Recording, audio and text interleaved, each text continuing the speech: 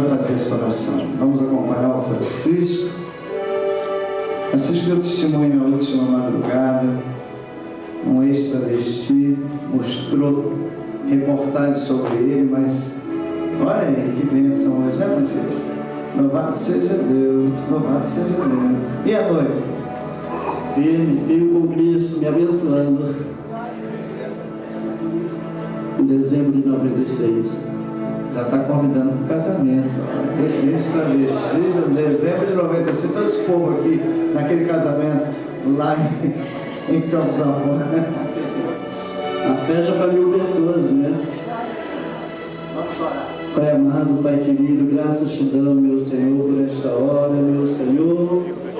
Pai querido, são tantos pedidos, Pai querido, aqui de socorro, meu Senhor. Pai querido, nós sabemos que Tu és o nosso refúgio, socorro presente na angústia, meu Senhor.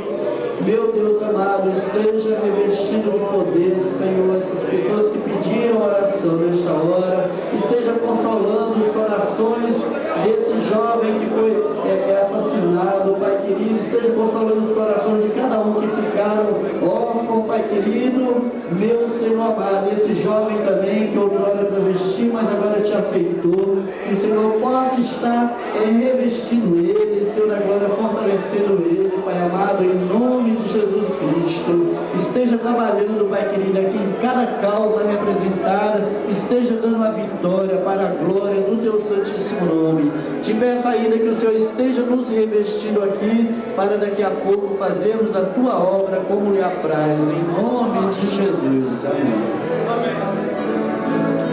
Amém, povo de Deus. Amém. Vamos.